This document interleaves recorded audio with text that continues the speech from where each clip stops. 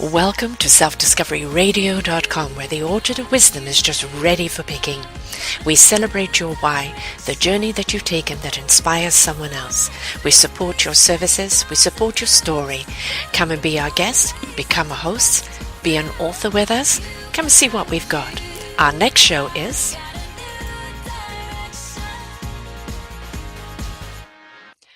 Good morning, good afternoon, and good evening, everybody. Welcome back to another edition of Raising Our Gifted Children. Today, we have a wonderful guest with us who we're going to be talking about a book that came about through his life's journey, and it is very, very relevant to the fact of the words that we seed our children with. I am Sarah Troy, and my guest is Brandon Walden, and he's written a beautiful book about seeds and trees and the wording that we use and how we can empower our kids, or how we can, I won't say destroy them because we're never destroyed, but how we can certainly damage them. He's certainly had a journey to get here, from abuse as a child to realizing that abuse kind of carried on through to his own family, and it is awakening to what can be said and what can be done to change things and empower our children. They say sticks and stones may break my bones, but words would never help me. I think words are more damaging than anything else.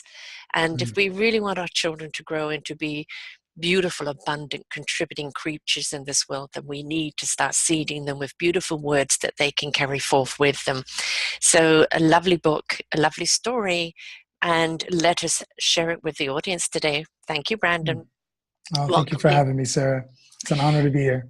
And you're really, truly are making yourself vulnerable in this. You're being very open, the fact of, of abuse as a child, sexual abuse as a child, and then later on happening to your daughter. And, there aren't many people who will tell the story, because so many people take the shame and the blame road. It must be my fault. I must have asked for it. It's something shameful that happened to me. Sure. And when we live in that, we get stuck in that, and we constantly become the victim. When you're willing to share that story, so many other people say, it's happened to me too. You're now empowering by inspiring. So congratulations on being vulnerable enough to do that. Yeah, it only took me 25 years to get there. It doesn't matter, love. You got there. Exactly. That's the most important thing. So let's start off with that, so people know where we're coming from, of what happened to you, and of course, what led into doing this book in the first place. Sure. Yeah. The short version is, as a young child, I was raised in a beautiful home with wonderful parents who really, in all intents and purposes, did the best they possibly could, as most of our parents have. We were raised in a church family, often at church and hearing good teaching. And, I was the child, in the Sunday school class at church on a Sunday, that would say, there'd be a message about, say, David and Goliath, or some real relevant or familiar passage in the Bible. And I would raise my hand and say, teacher, I feel like I'm going to be like David. And they would, kind of pipe down a little bit, Brandon, because I just knew inherently there was some real reason that I was here, some big thing I was supposed to do. And no one told me that. I think it's important to know that sometimes we're born with this innate, ability to just recognize our worth until someone challenges that, or until we believe something different from that. So as a young child, I really believed I was meant to change the world. I had some crazy severe illnesses as a young boy. At 2 years old, I was in the hospital. I had collapsed on the floor in my parents' home. My mom rushed me to the ER. My heart stopped and started several times along the way. At 3 years old, it happened again. I lived in a little, oxygen tent for about 9 days. Wow. And, I think even in that, even though it's actually one of my first memories as being in that little plastic bubble. I can't remember much about it. But I think somehow that was at 3 years old. At 4, 5, 6 years old, I somehow knew that I was here for a reason, that I could have gone. And, but at 6 years old, sexual abuse entered my life. And really, I, as I said, until I thought of insignificance or shame or fear or, worthlessness enters a child's heart, or mind, there's nothing to push against where they're going until that happens. For me, that first seed of shame, and then met repeatedly over the period of the next couple of years through every encounter, um, continue to water that seed of shame, that seed of worthlessness, Yes. that seed of insignificance, or maybe I'm not good enough. Hmm. And then it ended. But I didn't tell anybody. I was afraid. I was embarrassed. I was ashamed, as you said so easily at the beginning. Um, and I spent 25 years in that place. So I tell my daughters, I'm a father of 5 daughters. Wow. We have, yeah, everybody pauses for a second, Yes, and I five get all daughters. the bless your I'm heart. thinking 5 weddings. Yes. Oh yes, yeah. It's pretty amazing though. They're delightful little children. Mm. But the way that my trajectory was going prior to sexual abuse would have been like this upward trajectory, of I'm going to change the world. The Yeah. moment that thing hit, it sort of altered it, if you could imagine that my ability to believe that. It didn't keep me from believing that I was still good, that I Hmm. was going to still do good things, but it caused me to temper my Yes. ability to believe that, if you will. The As the enthusiasm. Yeah, and as the years went on, the interesting thing about our thoughts, it's a fascinating discovery to realize that no one ever told me you're not good enough. No one ever said you should be ashamed. No one ever said any of those things. Just the act alone created this seed of thought of something's wrong with me, something's not okay. And over the years, since no one helped me get rid of that thought, it grew. In the story I wrote, you see the root system in these trees kind of growing down beneath the horizon line and intertwining the good trees and the bad trees. And in my life, I had plenty of good trees and plenty of good seeds, but they stood no chance against all of the bad seeds that continued to be watered. Those things, as I say in the book, they grew unhindered. There was nothing to combat in my own mind any sense of stewardship of those thoughts. I would say I was taught very well right from wrong, good and bad, but I didn't really ever know as a young child, what do you do with a bad thought about yourself? Yeah. Um, and so those things grew.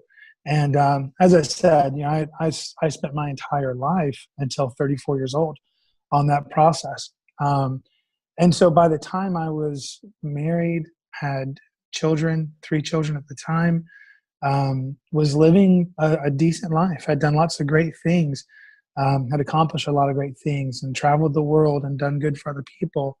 Um, I had just about, Sarah, got to the point where I just resolved that I was as good as I was ever going to be.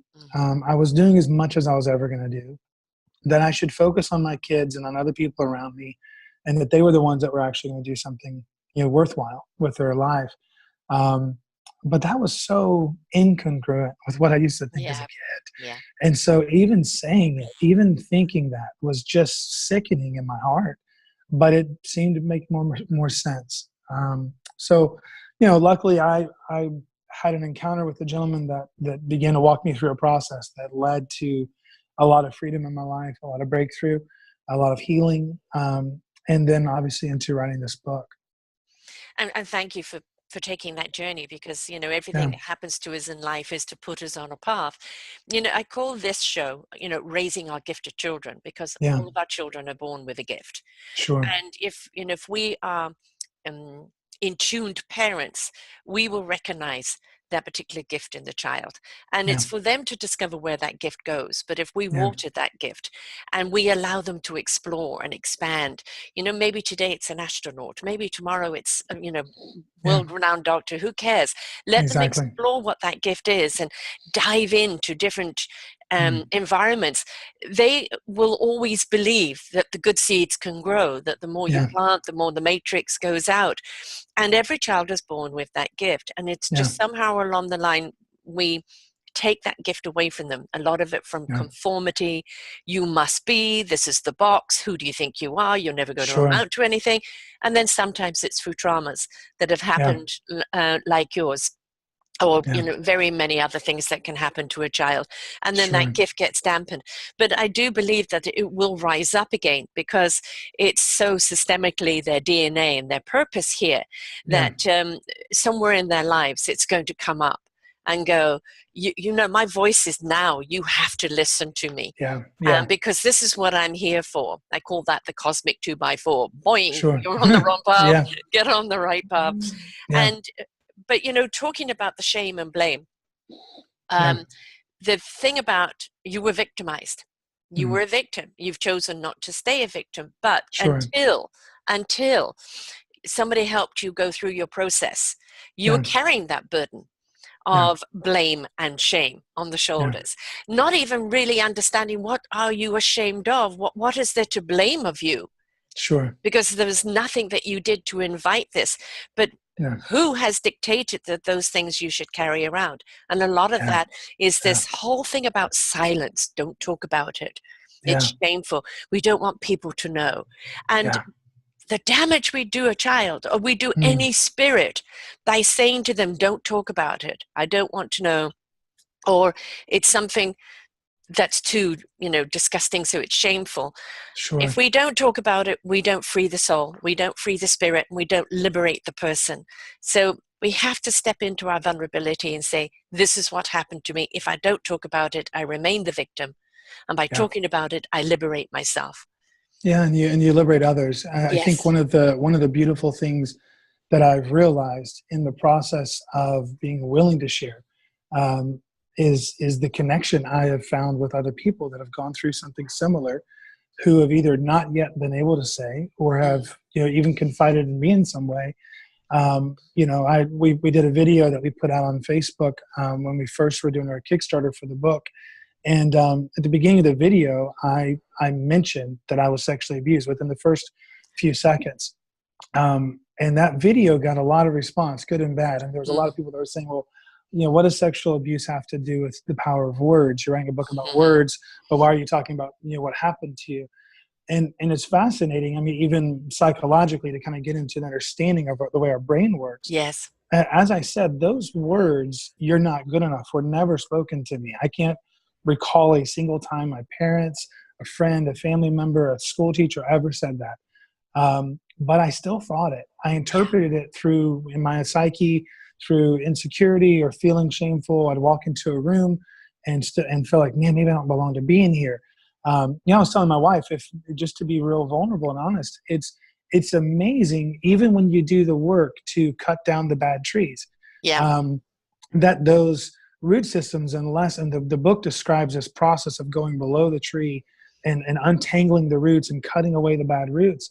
And I told my wife, I said, with all of the work I've done, with all of the healing that I've been through, with all the intentionality, the vigor I've gone after this thing of freedom, there's still these little thoughts periodically that are whispers of insecurity that happen at any. Just last week, I was telling my wife, I walked into a particular coffee shop here where I live, and it's a fairly happening place. There's lots of really cool people, and I told my wife I didn't realize it.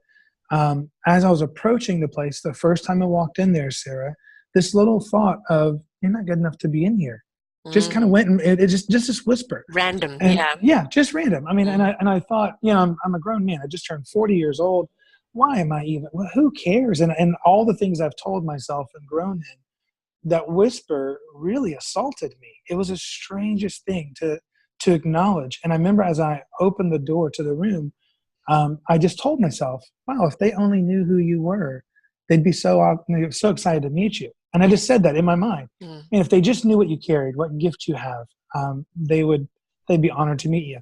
So I walked in and I kind of made it through my day. The next day I was going to head to a coffee shop, and I chose to go back to the one that caused me the insecurity Mhm. and the anxiety, and which was in and of itself a bit of a fight for me, just to say, well, I'm going to go do this. I'm going to face this thing again, and I'm going to keep facing this thing until I just really kill this seed over here that Yeah. keeps trying to rise itself up. So I walked in and I was doing this little self-talk as I was walking up to the door.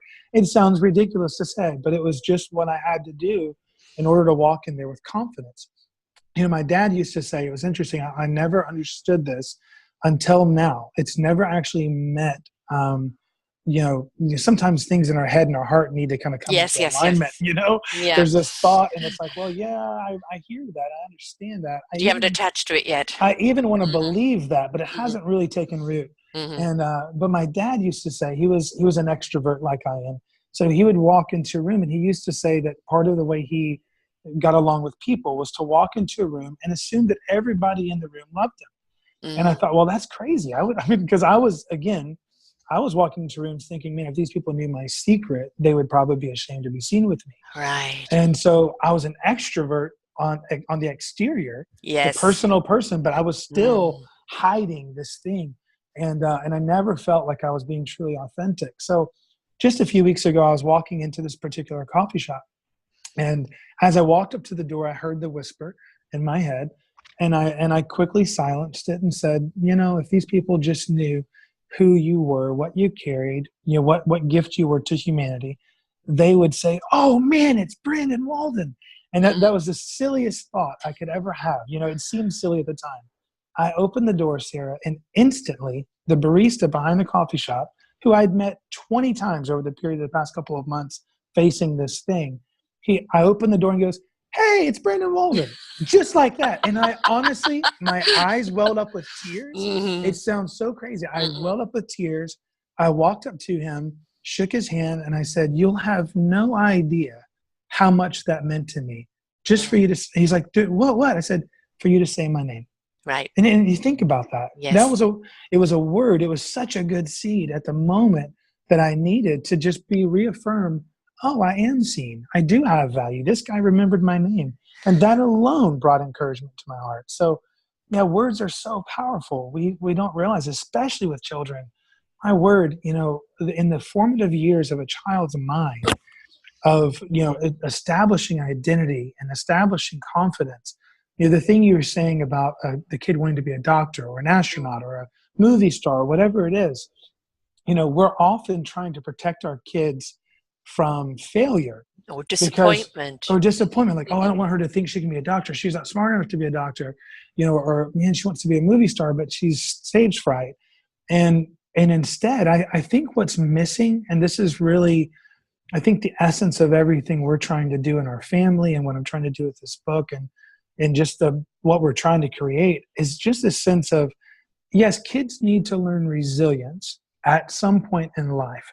But prior to really being able to be resilient and to resist accusations or bullying or things that someone says something about someone's identity, if the kid hasn't filled up their heart with, love, affirmation, and confidence until then, it's going to be really difficult when some friend or a peer or a teacher or a parent says something contrary to what should be there.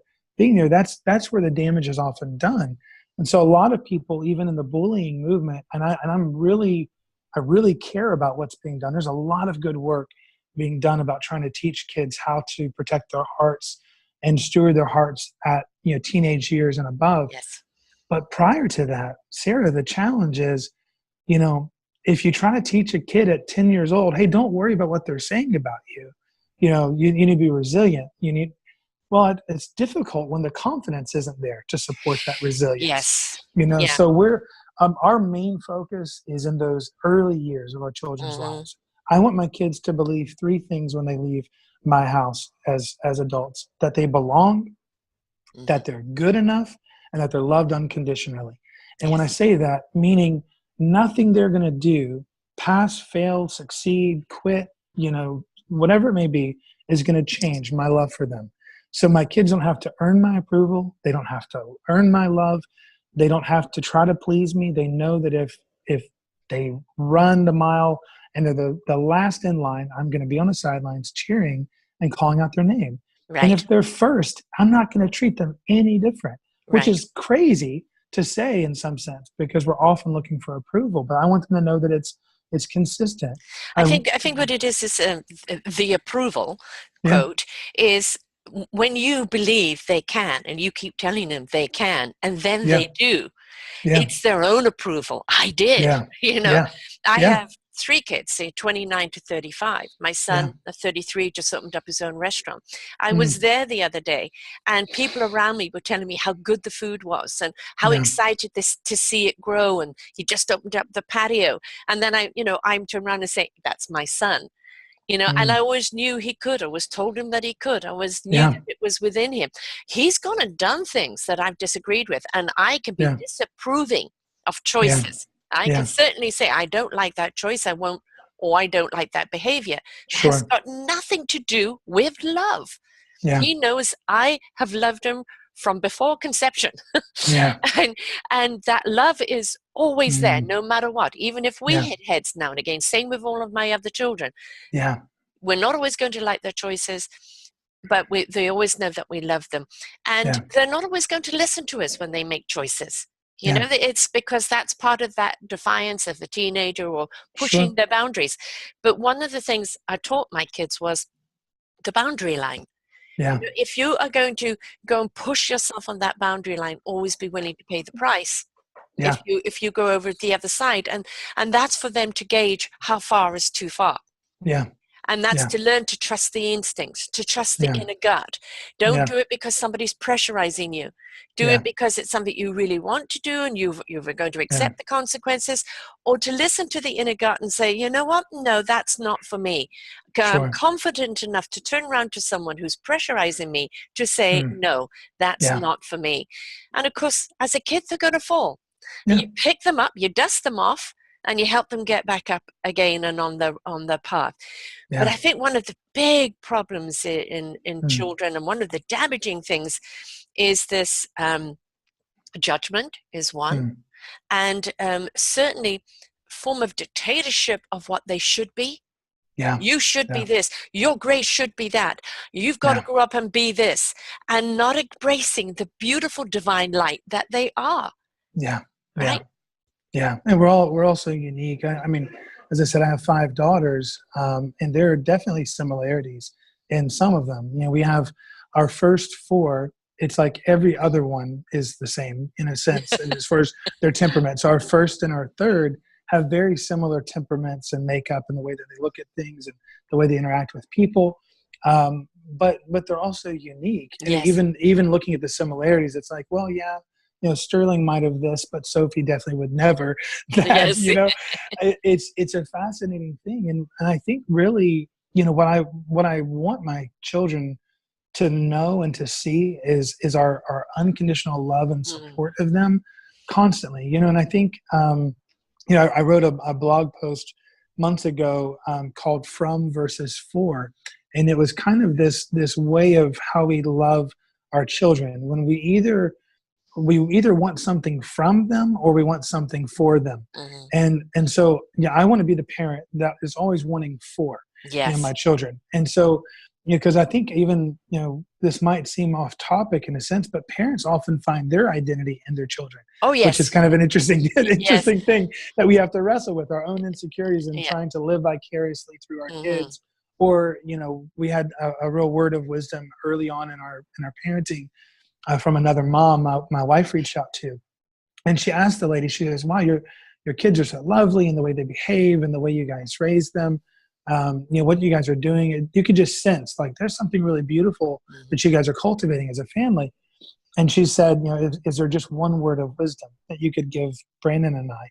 And my wife inherently is just an amazing mom. I mean, she has this ability to connect all the things that she didn't receive. Yes. And say, well, I'm going to make sure that my kids get Yes, that. I hear that one. Yes. It's so beautiful how she does this. But with this word of wisdom, the lady said, never make an idol of your children's obedience. And that statement was like, wow, how often do we, in a public scenario, want our kids to sit tall, Yes. be quiet, pipe down, and why do we want that? If we want that because we want them to learn how to act in social environments, that's great. And there's reason for that. There's reason Yes. to not throw your food in a restaurant. Right. However, if we want that because we don't want to be embarrassed about how our kids are acting because it somehow reflects on us, I'm not really sure that's the right motivation. Right. And so we've even had to develop and cultivate this thing of how we discipline, how we are raising disciplined children that make good choices, but knowing that if they do something foolish or whatever, that we're not going to find shame or embarrassment as a Yes. result of it. We do music as a family. I'll tell you this funny story. We travel around. Our girls are really talented. My wife and I both are musicians and have sang songs for 20 plus years. I used to be a songwriter and travel around, did that kind of, I would say professionally, but I didn't make much of a living doing it. So there's a little disclaimer. Yeah. I chose that path for a few years and lived on ramen and in my car half the time. But my wife and I developed this thing with our children just to have them sing songs. We knew they loved music. And so we were on a road trip across the country a couple of years ago. We had all these opportunities to go and do songs as a family in people's homes and churches and other places, just to do concerts that were just family music and just uplifting and encouraging songs. And we were in this one church in Virginia, and that we had been asked to come to. And it was actually on Father's Day. It was kind of a big deal. It was the biggest church that we had done music in at the time. Mm-hmm. And so my wife and I, there's a little bit of pressure, like, oh, wow, our kids are young. And we used to tell people, like, when we would perform, hey, guys, we're just a family, first and foremost, and we're just going to treat this venue like an extension of our living room, Mm-hmm. because this is what we do in our homes naturally. But we don't rehearse for the sake of meeting perfection. Our kids are 8 and 7 and 5, and like, they're not going to be perfect, and neither are we, and that's okay. So I would sort of give this icebreaker of a disclaimer, so that people's expectations were not. Right. And I even said, look, I don't want you guys to be uncomfortable if one of our children is singing and then decides to walk away from the stage, because that's okay with us. We wouldn't stop them in the house. And so this one particular song we're doing, it was a fairly reverent song that we had written. And it was this kind of, holy moment, Sarah, like, as best we could construct with our children, this real somber, really sweet moment. And our 5-year-old at the time, Sophie, is so sweet. She's wearing a beautiful dress and, just walking around the stage. She wasn't singing at the time. She wasn't really singing on this particular song. But at one moment, she decided, for some reason, up on stage in front of hundreds of people, this would be a great time for her to practice her crab walk.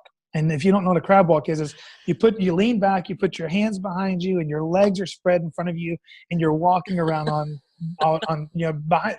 Well, in the process, she decided that would be a good idea, and she essentially flashed the entire church through this real somber, sweet, special, holy moment. And I remember thinking, like, oh, I'm gasping as I'm singing a harmony with my wife, going, how do we do this? How do we like reel her in? She did it for about a minute and a half, and we could not get her attention. Finally, in between songs, we were about to do another song. I said, sweetie, hey, you can't do that right here. And she's like, oh, okay. And she was fine. She went over and grabbed a banana as a snack and ate her banana beside my wife. But afterwards, it was so funny. I walked up to the pastor and I felt this like need of, oh my gosh, I've got to apologize. Yeah. This is so irreverent. We're in a church of all places. We're on stage. People can see her underwear. This is unbelievable. She wasn't, of all the days, my wife said that she wasn't wearing bloomers or shorts under her dress. It was that day. And the pastor was so gracious, Sarah. He looked at me, and as soon as I started to apologize, he said, Brandon, what are you apologizing for? Right. I said, well, it was embarrassing. I didn't want to offend anybody. Mm-hmm. Here we are in a church. And he said, you told us this was an extension of your living room. Right. And I said, yeah. He said, would you have corrected her at home? Mm-hmm. And I said, no, I wouldn't have. He said, then neither would we. She was innocent. She was just having fun. Right. And he said it brought a smile to everybody's face. Exactly. And things like that we just say, well, why would I have felt that I needed to apologize for my child being a child? But it's those moments that are so joyous. So we had Expo 86 here in mm-hmm. Vancouver, Canada. And my daughter, I think, what was she? She was about 3 going on 4 at the time. Yeah. And we're watching a performance up on the stage, and there's all this space in front of it. And she decided to get up and dance to the music and the performance. And she did, a really good job, and she was really into it. And then she just stopped before the end of the song and curtsied.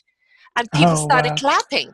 But people up on the stage were still in the midst of their song and going, why aren't they clapping? And there's this little 3-year-old who's just done her performance, That's amazing. But it was, people coming up, oh, she's so sweet, so enduring. And that's the thing is, I often do shows, and I've done quite a few lately on joy, on Yeah, just on the yeah, simple beauty of joy. That was yeah, such a joyful moment. It lifted yeah, everybody's hearts. And the yeah, thing is, even if absolutely. we watch more of these children who just step into their moment, they're Mm, purely in there now, yeah, doing what they need to do in that moment, and it lifts our heart and it brings a yeah, smile to our face. I yeah, realized the other day, the only reason for cats and dogs and animals in our lives is to bring a smile to our heart and souls, mm, right? yeah, yeah, They're there to lift us up, to show yeah, us love. Because when you smile at what a dog or a kitten has just done, you're smiling from the heart. yeah, And yeah, that is it's purely heart connection when you see yeah, them. And yeah. children are the same. They just lift your spirits up. Oh And if we yeah, stop trying to go "Rrr, rrr, rrr, rrr," and go, oh, oh just yeah, how adorable was yeah, that? How yeah, beautiful was that? And tap into that, they've just given you a gift of joy. yeah, yeah, absolutely. You know, we've got a 5-month-old Royal as our youngest, and my wife and I were just talking yesterday about how sweet it is. She has this little bouncy seat that she sits in, and you can walk away for a half a second, Sarah. And as soon as you come into her view, she starts kicking her legs and wiggling around and smiling, and you can't help but smile. I Yeah, mean, you would have to be completely heartless for it yeah, not to bring joy to you. And exactly. and that's it. She's a gift. You're Yeah. absolutely right. Yeah. And we look at children and we go, such a gift, and then what happened to them as adults? And I think what happened to Mm, them as adults is, I've done a lot of shows on narcissism and children mm, that are quote damaged, etc. And yeah, a lot of adults who were abused when they were young or denied or put down because they never were mounted to what the yeah, parents wanted them to be. But again, as I said, that cosmic 2x4 came along and said, this yeah, is who you are, step into it no matter what your age is. yeah, But yeah, if we could just take that joy of a child, and you said that mm, about that mother kind of living vicariously through her children, I understand mm, that. My yeah, mother once said to me, you're raising your children the way you would have liked to have been raised, mm, because we were raised very much out of sight and all sent to yeah, boarding school very early. And yeah, so it really wasn't kind of that big, huge family, rough and tumble interaction type yeah, thing. yeah, And with mine, it was, put on the music like Queen, We Are the Champions, and everybody yeah, dancing and singing along yeah, with it. yeah. If they started playing up, I start singing opera to them. The only way they could shut me up is behave. Yeah, And that's wonderful. but there were obviously the exasperating times, because Sure, children can push those sure, buttons. of But course. it was such a greatest gift to me because they brought the inner child that sometimes Mm, had not been allowed to come out as yeah, I grew up. So yeah, brought that inner child out in me, but also I mm, think brings out the love in you. If you yeah, didn't get that kind of watering of love. Now, my parents loved me, but yeah, it's British times, the 50s. yeah, Children went off to boarding school. They weren't very yeah, interactive in your lives. It was the way it was. yeah, Um, and I think when you bring your own children up, that heart and love that they ignite in you yeah. is something that you probably didn't have, because it's that interactive love, isn't it? Yeah, yeah, and I think it's interesting the choices we make. We've seen in other relationships we have with other parents we talk to, either older than us that are maybe in a slightly different generation Yeah. demographic, and then even ones that are our age or younger that are raising children. I keep referencing this statement that I've heard. It feels like so much recently in relationship to the concept of love, that we can't give what we don't have. I've Mm, heard this, and yes. and honestly, there was a long time that I just immediately accepted that. I was like, yeah, that's true. That makes sense. And then I thought about it, and I thought about some of the things that my wife and I do intentionally are things that we didn't necessarily receive. Yes. And it's not so much like, oh, my parents didn't this or they didn't Yep. that. It was maybe things that they either weren't equipped to do or they Right. didn't even know that we had need of. Yes. My parents didn't know what was going on with me. I'm sure had they known, they would have addressed it. They would have embraced me. They would have done all kinds of things to show me love and to support me when I was hurting. They didn't know, and so I don't hold them Yeah. accountable for that.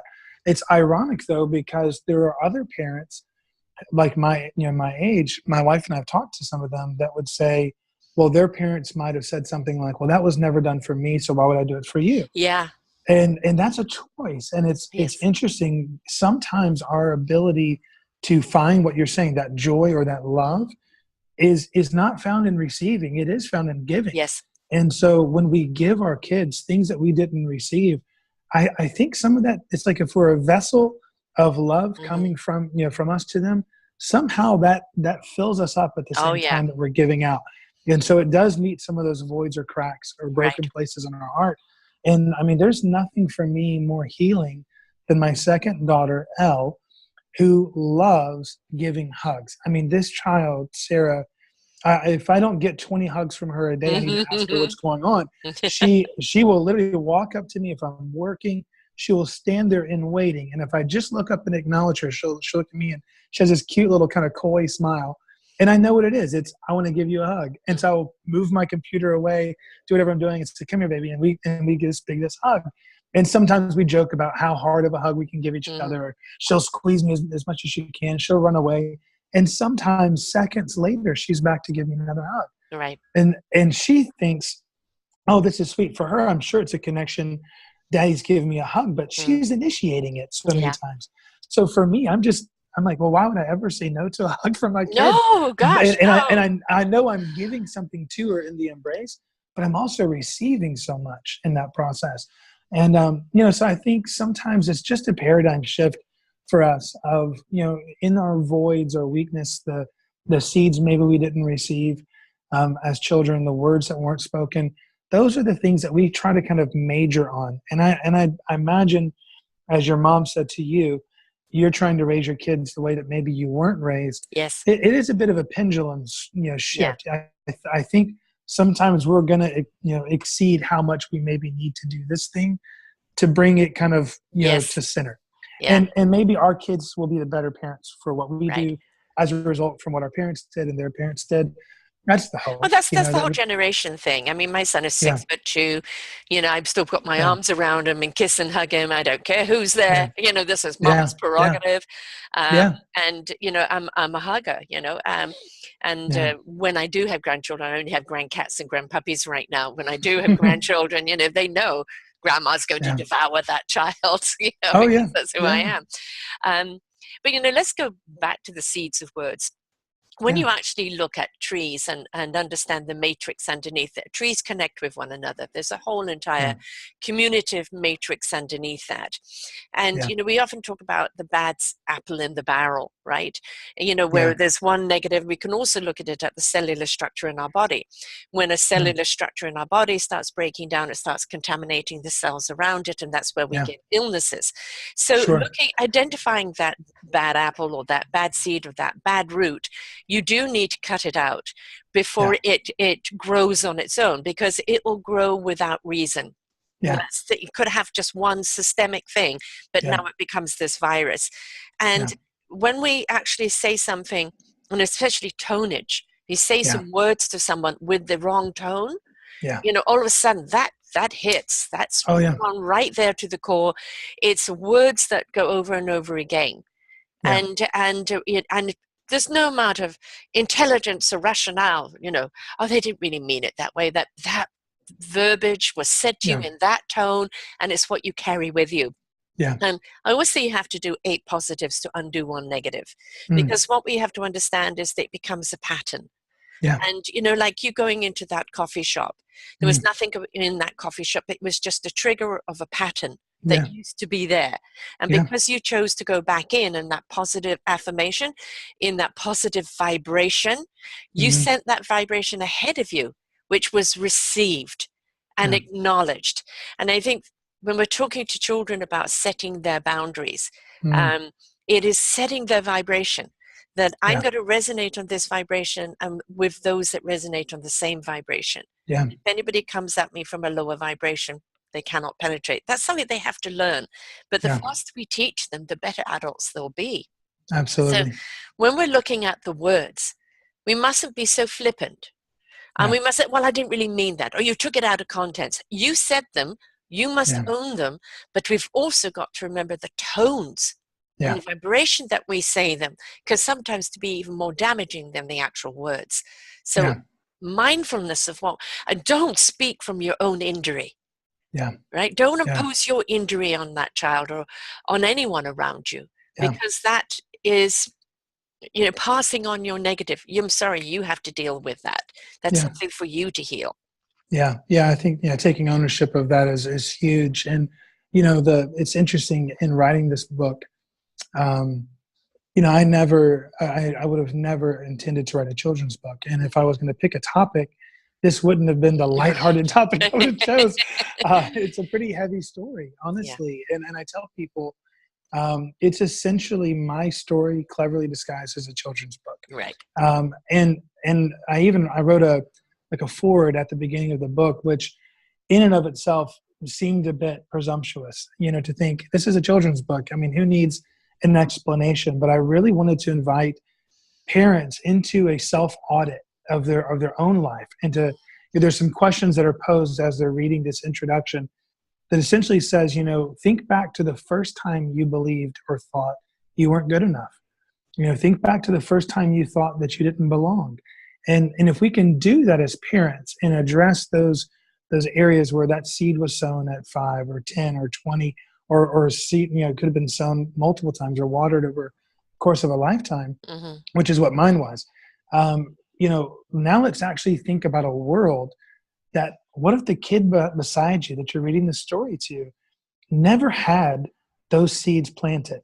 What if we actually raised our kids knowing they belonged, knowing they were loved unconditionally? Like, what could that do for their trajectory? Mm-hmm. And so it's interesting. I think the process that I was describing about even hearing the whisper, it's funny because for a few days, I didn't tell anybody that this was happening to me. I didn't share it with my wife. I have a good friend of mine in Kansas City that we kind of journeyed in this process together pretty closely. I didn't even share it with him. I was sort of on this hypothesis of sorts to see, like, where is this thing coming from? I thought I cut that tree down, and I thought I cut that root out. I mean, I really did. I thought I dealt with that seed of shame or whatever it may be. And so I was in this process of, I'm going to try different things and see what's working. It's ironic because the first few days of walking in there and feeling this insecurity kind of rise up, or I keep calling it a whisper, because it wasn't like a strong, like overwhelming anxiety like I used to feel. It was a whisper. It was just this little, you don't belong here. You're not good enough here. And so I, as I'm trying to discover where's this coming from, I started to feel shame about the fact that I was feeling insecure, which is crazy to separate those things out. And because I thought, well, I've already dealt with this. I mean, who am I even to be talking about these things and writing what I'm writing if I can't even deal with this? And then this thing in my heart kind of rose up and said, wow, I used to walk into rooms like this and not even be able to address this thought. I used to walk in this and immediately feel this stuff, but it was my normal life. I'm making progress. That actually I can hear the whisper now, and it's not screaming in my ear. It's not deafening. I'm actually hearing the whisper, and I'm able to acknowledge it and deal with it right away.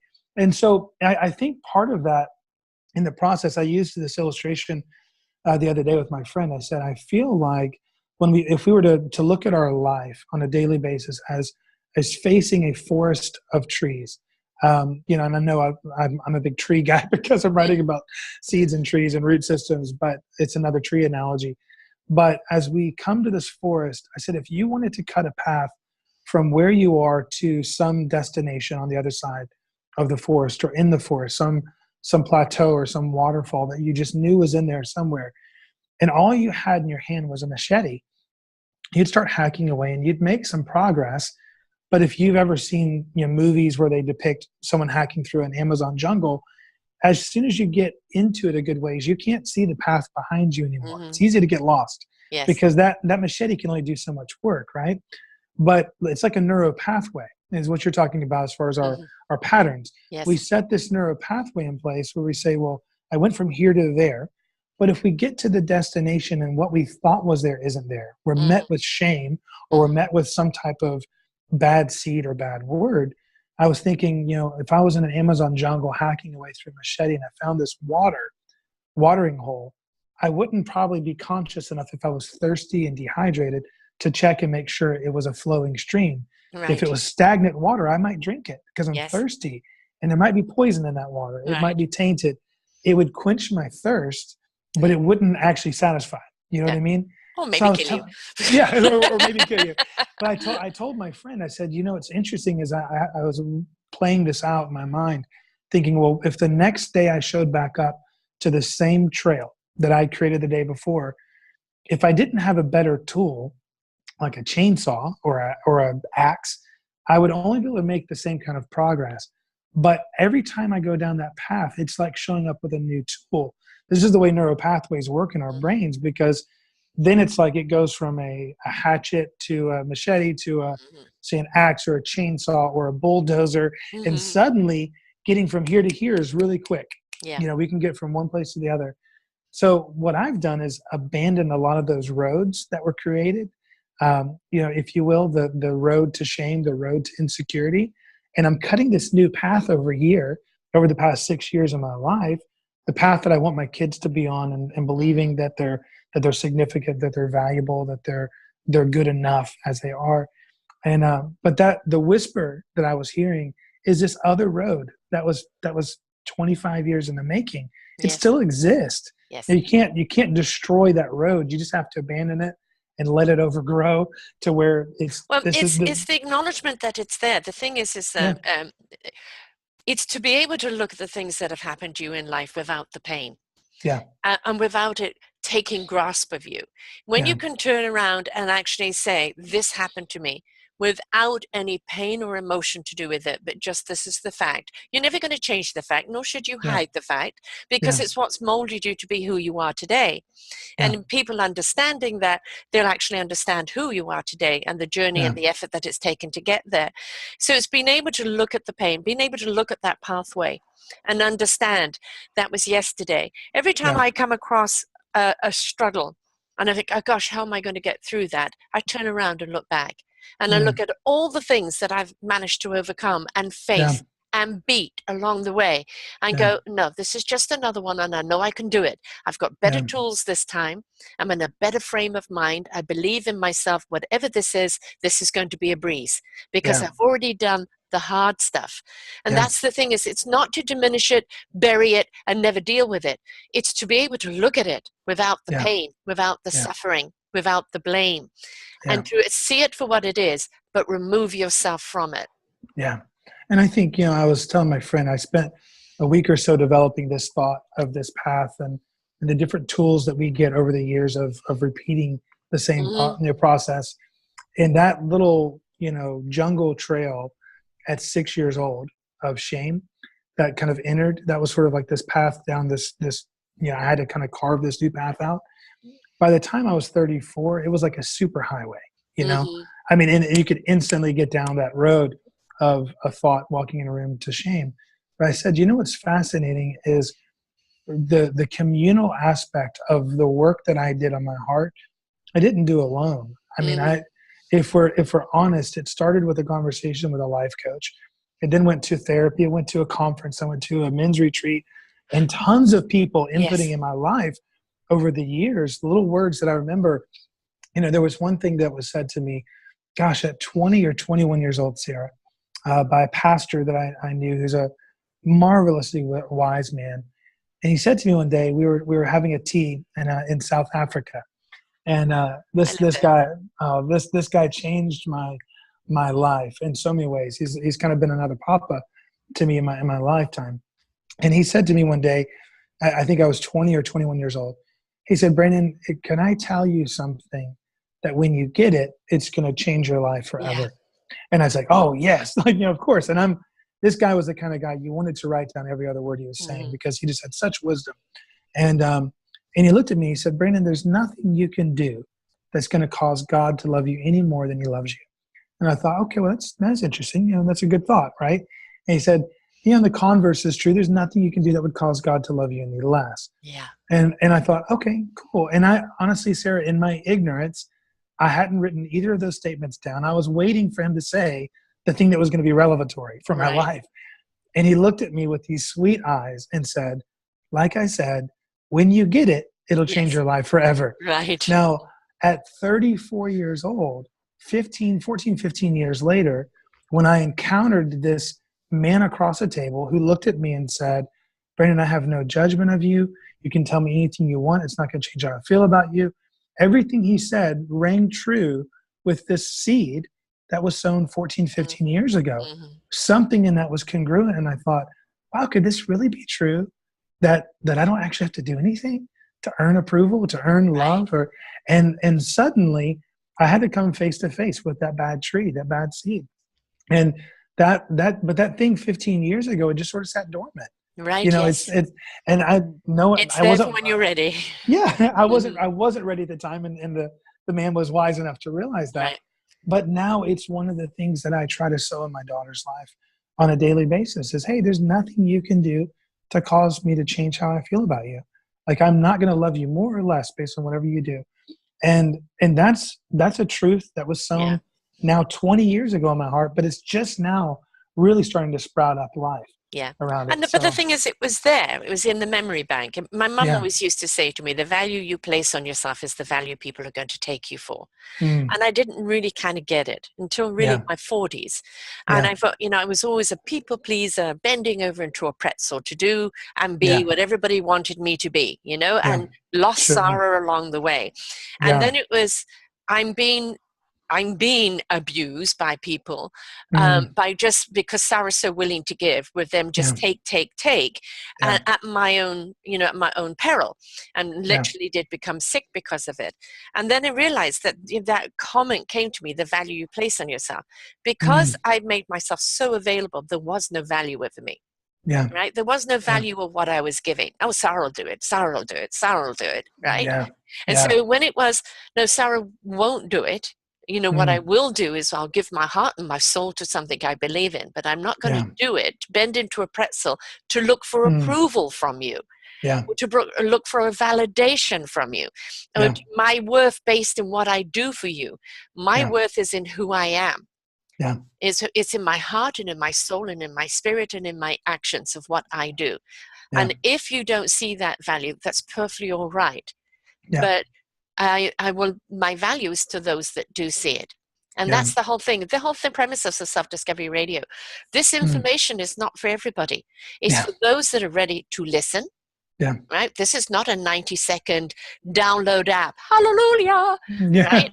This is people's life stories that's taken them Yeah. a lifetime to go through, to then come Yeah. up with the wisdom and the tools that they impart to others that help Yeah. others on their journey. But the Yeah. one big thing that people don't realize is investment in self, Yeah. taking time to nurture, to love, to Yeah. cherish yourself. And the more you do and you step into that love of who you are, why you are, no matter what's happened to you, no Yeah. matter what was dictated to you, but stepping into your own presence, your own beautiful divine presence, and now Yeah. living in that heart and soul of your Mm, presence, you are now contributing so much more than you yeah. ever were before, So because it's in love and it's in honesty. yeah, certainly. There's a statement that I wrote. It's on the cover on the back cover of the book, and I say it often now. It's in the videos. I think you've probably Yep. got on the show link.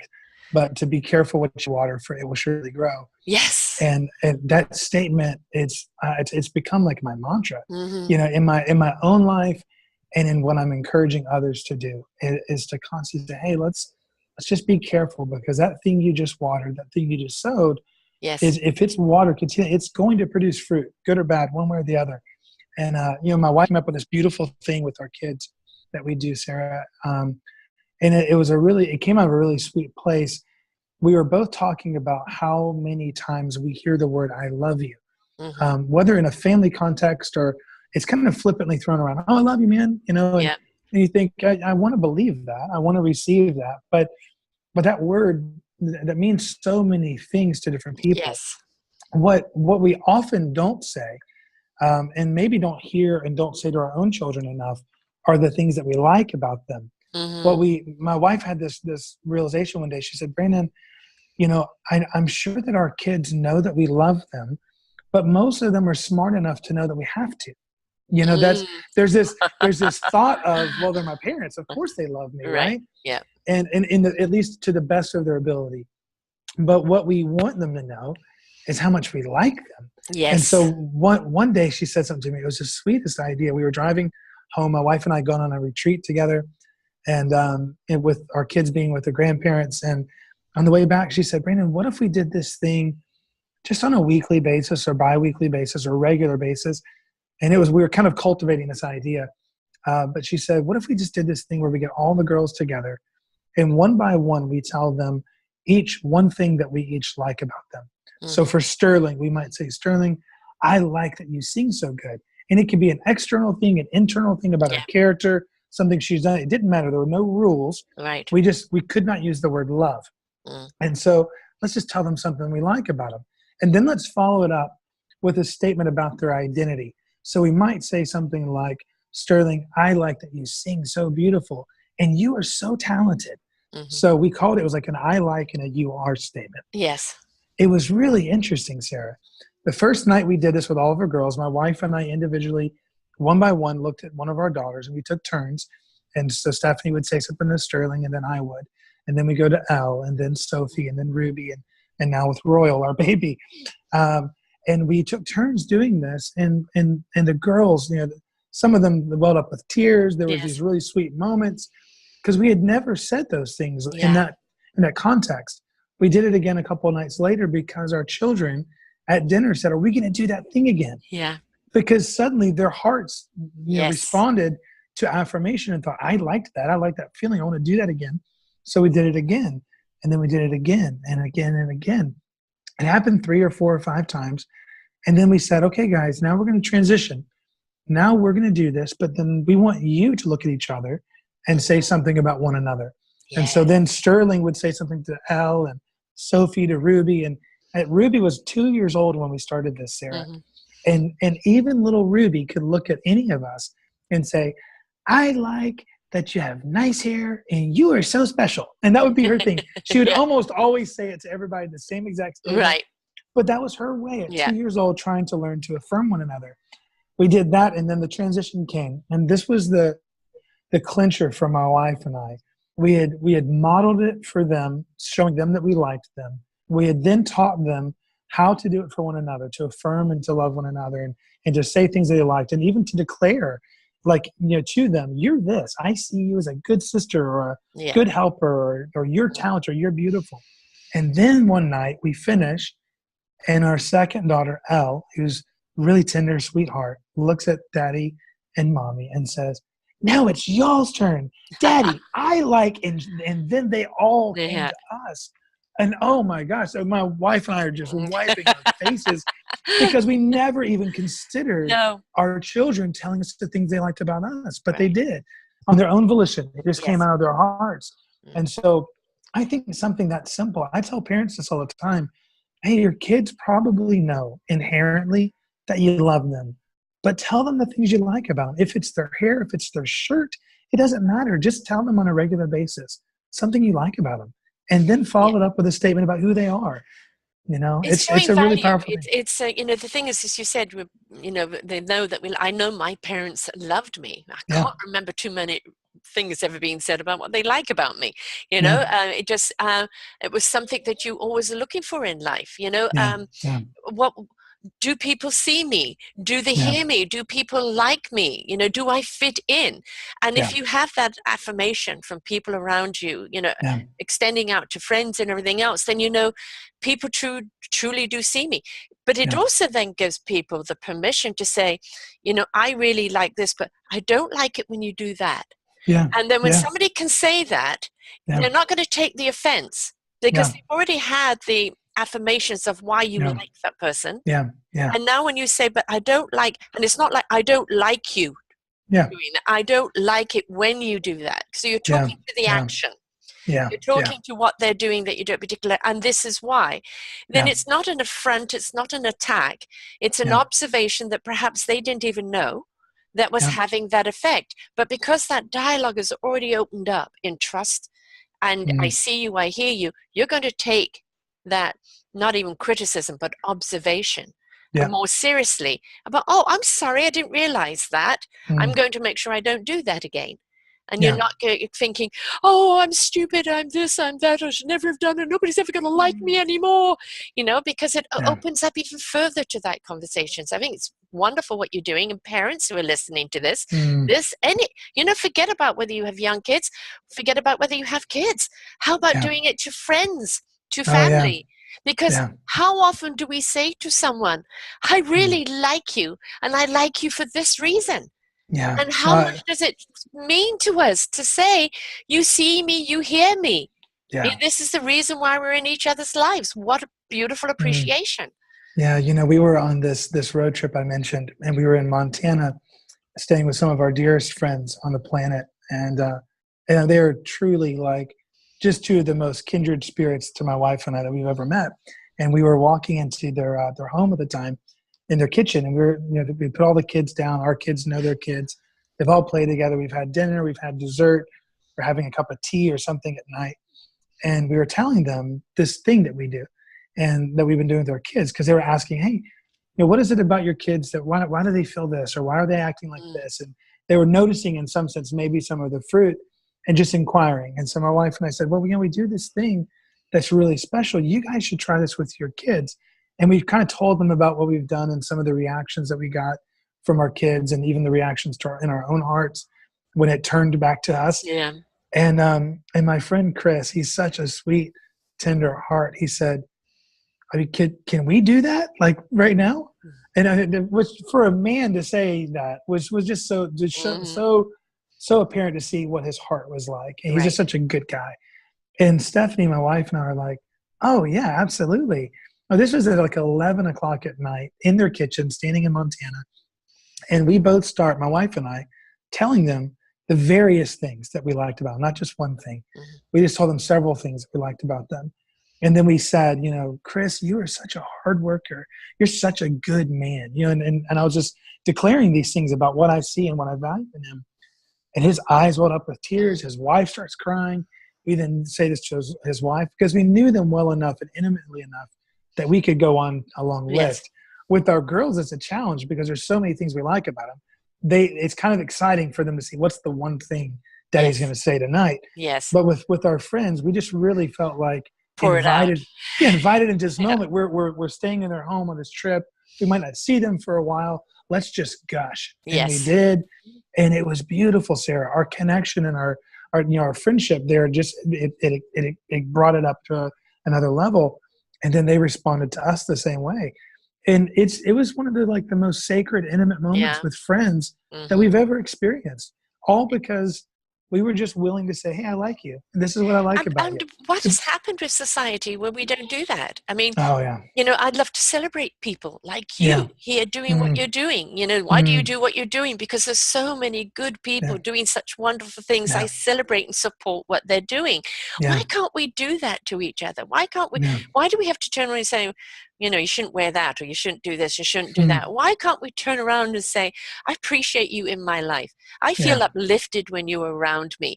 Why can't you say, even I feel you do so much for me. I want to do more for you, and let that person know to open up and then let you in. The trouble is, we're so busy talking at each other, we're not talking to each other.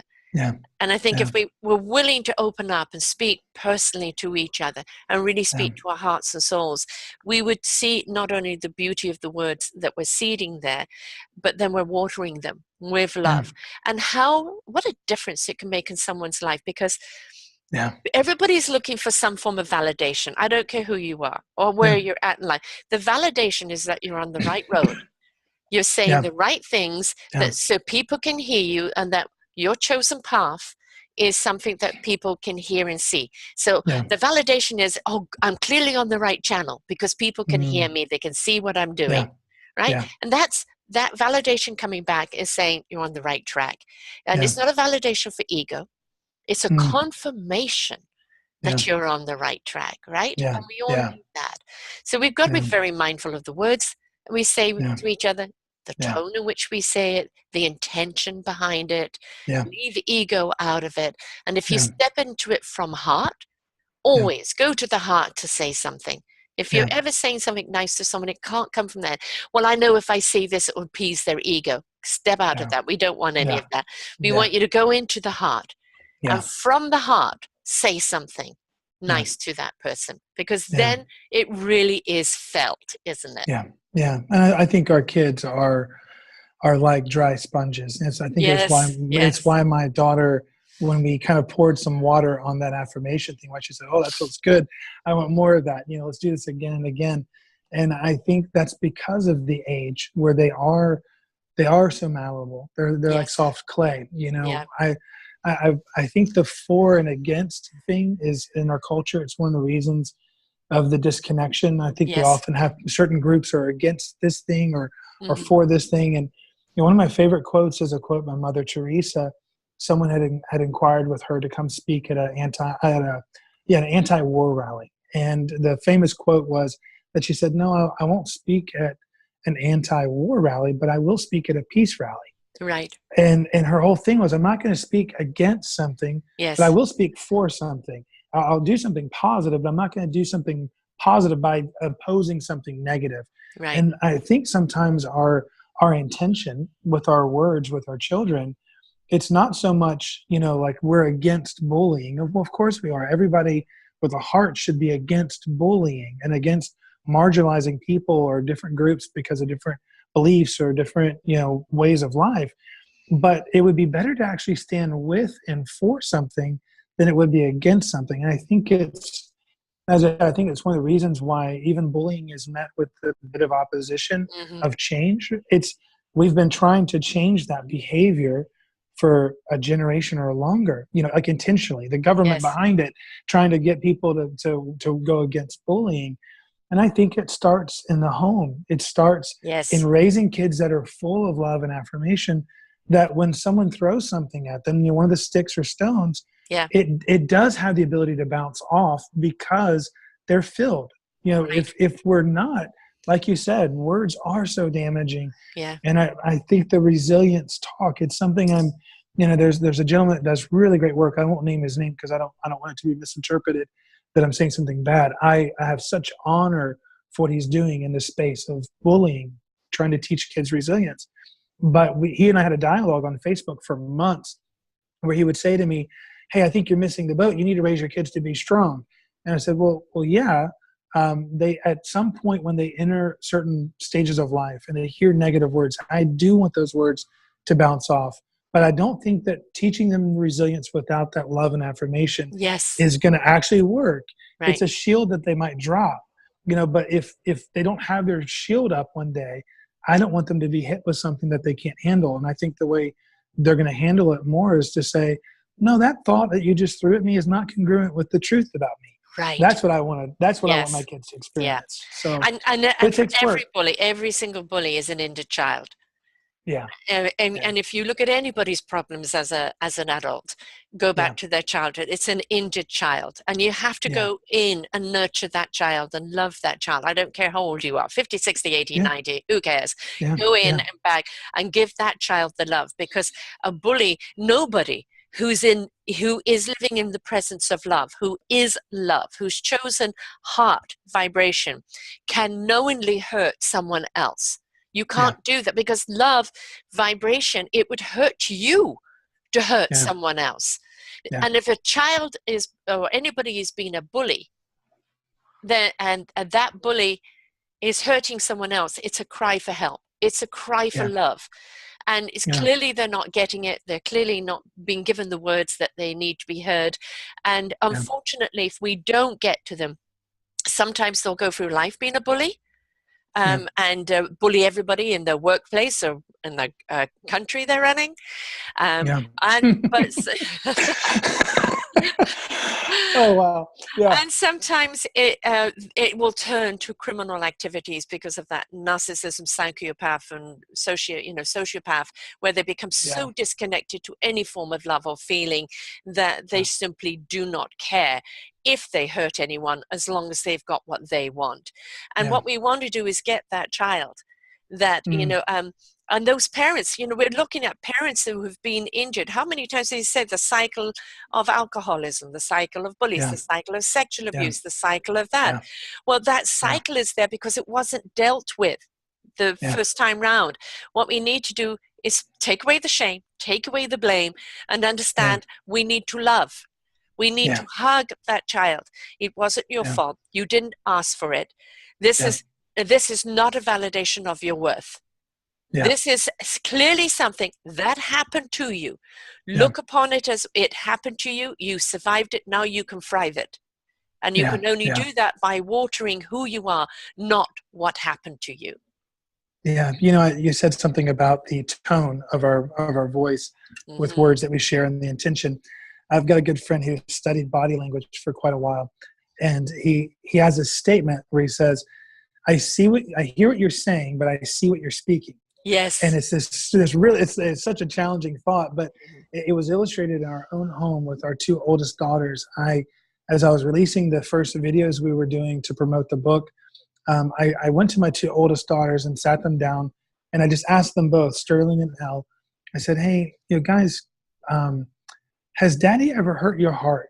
Have I ever said something that's hurt your heart and it made you feel sad?" And I knew my oldest daughter would be quick to, she'd be easy to say something honest and true. I knew it might take a little bit of work to get it out of Elle because she's so tender and Mm-hmm. doesn't want to hurt anybody's feelings. So I knew I might have to work to get her to say something. But my oldest daughter said, "Well, Daddy, sometimes when you say this particular thing, I just feel like you're angry at me, and it does hurt my heart. It makes me sad." And so I got down on my knees and got eye to eye with her and gave her a hug and told her I was so sorry. And I said, "I didn't mean to treat you like that, Daddy. Daddy sometimes is hurting, and I take that out on other people, and I should never raise my voice at you. And I'm so sorry that Daddy's done that." And just trying to reconcile with her and let her know that that's not her. It's Right. me. It's my fault. Yes. And it was a real And that she sweet. doesn't have to accept it too. She can Yeah, call yeah, you and on she it. she can say, "Hey, Yes. Daddy, this is Mm-hmm. hurting me." And Mm-hmm. so we had this real sweet moment. And then I look over at my next child, and this was so fascinating. It was honestly a revelation for my wife and I. We've talked about this numerous times since then. I said, "Elle, what about you? Has Daddy ever said something that hurt your heart?" And she kind of thought and sort of pensively was really struggling to come up with something. Mm-hmm. But she looked at me and she said, "Daddy, I don't think you've ever said something that hurt me, but sometimes your face, the way you look at me whenever I've done something wrong, you sometimes look really angry, and that makes me scared." Mm-hmm. And like it was actually like a seed of fear of, now we Yes. we can go back to The the why silent would my, words. yeah, the Yes. silent word, Yes. the what I was teaching and showing her Mm-hmm. and modeling was something that was causing my daughter to Yes. be afraid of me. This is the same daughter that loves running to me and giving me hugs. Right. So the last thing on earth I want her to do is to fear Yes. me, the wrath of Daddy. Mm-hmm. And so, my gosh, for me, I thought, wow, what am I communicating with just this thing sometimes? And so, I'm a fairly tender guy. I've not ever really been accused of not being that way, but I do know that sometimes in my own heart, when I'm stressed, when I'm overwhelmed, when I'm feeling insecure, I can walk into the room with my kids. They can all be screaming and yelling and having a good time, and I'll tense up. Yes. And I've had to work through just how am I going to handle this moment with them and be present and sort of let go the day and whatever else we And face. I think there, the gift is actually to say to your children, kids, Daddy's had a bad day. Yeah. I've had a bad day. If I'm grumpy at the present moment, I need some love. I need some Yeah. watering. Yeah. Right? Yeah. And let them come over in whatever way they do Yeah. it. The hugs, the pat, or we're there for you, Daddy, whatever it is. Yeah. Whatever your day has been will then Yeah. transfer. But I think one of the things we forget as parents is permission to say, I'm in need. Yeah. I said to you beginning of the hour that I have a sister in hospital right now, and it's Yeah. been a fight for her life. And I was talking to Mm. my son the other day, and we actually called her and managed to do face-to-face time, and it was so meaningful Mm. for to have my son Wow. there to do this. And then, I'm always holding back the tears and being strong. And he said, "Mom, you don't have to be strong all the time. Stop being Mm. so Yeah. strong." And it's like, Yeah. you think, even, God, he's 33, and you still Yeah. think, got to be strong. And because that's what's always Yeah. been expected of us. We don't understand that Yeah. sometimes us being vulnerable to our Yeah. children is allowing them the gift to give us the loving nurturing we need. It's that Yeah. permission that they can step up and hug us and give us and water us. It's Yeah. not always And it's supposed to be also the other showing way. them that, and it also shows them that it's okay to not be okay. And I mean Yes, that's yes, that's a big deal. When kids are yes. facing such crazy things now that I didn't face as a child. Yes. We're talking about social media and stuff in our house, Cyberbullying and and our kids wanting iPhones, and I'm like, yeah. no, we're just not that place where we want our kids to be introduced to another way for them Right. to be damaged, and Yeah. it's tough. The Yeah. world's kind of gone off the rails in some sense in that, and like you said, it's amazing that we don't have more leadership and intention behind, like, let's do these things while our kids are still in our care. And Yeah. this, so you know psychology probably better than I do, Sarah. There's a time at which a child has sort of stopped developing, if you will, this sense of identity, and Yes. it's a lot younger than we think. Yes. Self-confidence is built in a child much younger than we want to admit or Right. understand. And so, like you said, we're always a work in progress, and there's we're not ever beyond repair. And I'm living proof of that at 40 years old, still working through my stuff. But it's so much harder when you're 40 or 35 to deal with stuff that could have been dealt with at 6 or 7 or 8 or 10, Yeah. because that root system, like you said, it's sprouted other branches, and it's gone a lot Right. further than it should have. Well, So, I actually invite you to listen to the narcissistic series I did, which was, the yeah. first one was on narcissistic, sociopath, psychopath, what are they? Relationships. And the second one we did was narcissistic parenting. And how damaging it is to a child. And then the third one, we actually went through and broke it all down. But the absolute epiphany on this is what makes a narcissist. And it is because they never developed the empathy. Now, a child, it's all about their own survival. I'm hungry, I need changing, it's all about me, me, me. That's part of their survival. Yeah. Then we have to start teaching them, even from like the age of 2, to care. Don't pull the cat's tail. Yeah. Don't do this, because that hurts, and explain why, and show them Yeah. how to love. And you're developing empathy. And it's around about the age of 7 or 8 that if they have not been taught how to show love and empathy, that they're still going to stay in that me, myself, and I. It's all about me at any cost. And they may never develop it. And when you're really truly looking at a narcissist, and then of course the sociopath and psychopath are totally disconnected, they have an inability. They cannot see your pain. They cannot see it. They don't realize what they're doing is they're hurting you. They never develop that connection. So to teach your children from the word go, a lot of love, pour it in there. If you fill them up, that's okay. The cup runneth over, and they'll spread it out everywhere else, right? And to show them how to care for other people's feelings, how to care for one another, how to care in appreciation and in gratitude for one another is one of the greatest toolkits that you can give your child. Yeah, I agree. I completely agree. Yeah, you're absolutely right. So, my dear, we've gone over because we had far too much good conversation here, and I could carry on talking to you forever. But and I wasn't looking at a clock. No, it's just learning. Maybe we'll round it off now. But it's words that we say to one another. But I'm going to extend it further. The words we say to ourselves. Please be mindful. Those words are going to come up, especially if you've just done something you feel embarrassed or you shouldn't have done, or you reacted a certain way. The first thing you're going to do is beat yourself up. Please don't stop. If you have to put things down and give yourself a physical hug in the street, do it, right? Go and do something that reminds you of your love within. And remember, to truly love another first, that love must be found within you. Be willing to switch that on, let it grow, because as you know, from that first time a baby's put into your arms, that love, that bond, that glow, it's already been ignited. But that responsibility to water that love, to nurture it, for them to be everything that they are, is where the custodians of our children. We don't own them. We're here to love and nurture them and to help them be the beautiful gift that they are to the world. And they, in turn, become a gift to us because they ignite that love within us. But we've got to be willing to open that door. So don't beat yourself up with the words. Please don't go react to someone else with words. You said, because it's just daggers going at each other, and it hurts. So take the deep breath, remove yourself, think about it, and then come back with the words you truly do want to say without the daggers in your hand. So would you let everybody know how they can get hold of the book, what they can do? Are you still fundraising? All of that, please, love. Yeah, the book is available on Amazon right now for pre-order. It actually releases on the 12th of June. So we're just a couple weeks away from that. But we're we're having people pre-order right now. Excellent. And Amazon's kind of great because they have it on sale. So I'm directing a lot of people to Amazon. And our website is thetreasuredtree.com. People can find us there. I'm on Instagram and other social media and things of that sort. If you can find my name, Brandon Walden, then you can find me on Instagram. We do a lot of posts and things. My quote business Instagram is really business and family kind of intertwined, because that's what we are.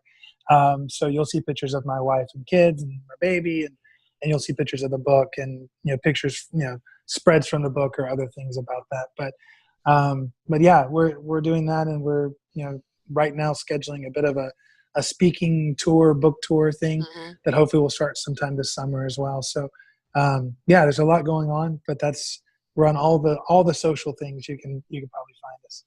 You're right. And so it's treasuredtree.com. Yeah. And it's seeds and trees at Amazon. Yeah.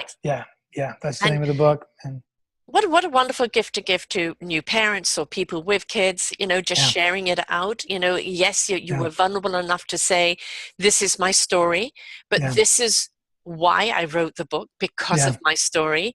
And this is why I raise my children this way, is because of it. And we have to understand the things that happen to us in life.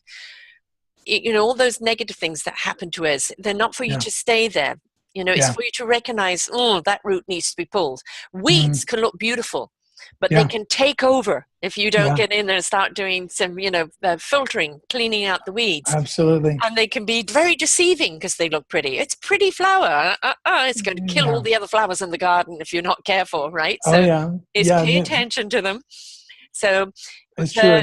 A new friend of mine just said to me the other day, we had this funny conversation. He said, Brandon, some of us that have been to hell and back again, we forget that we have the directions out.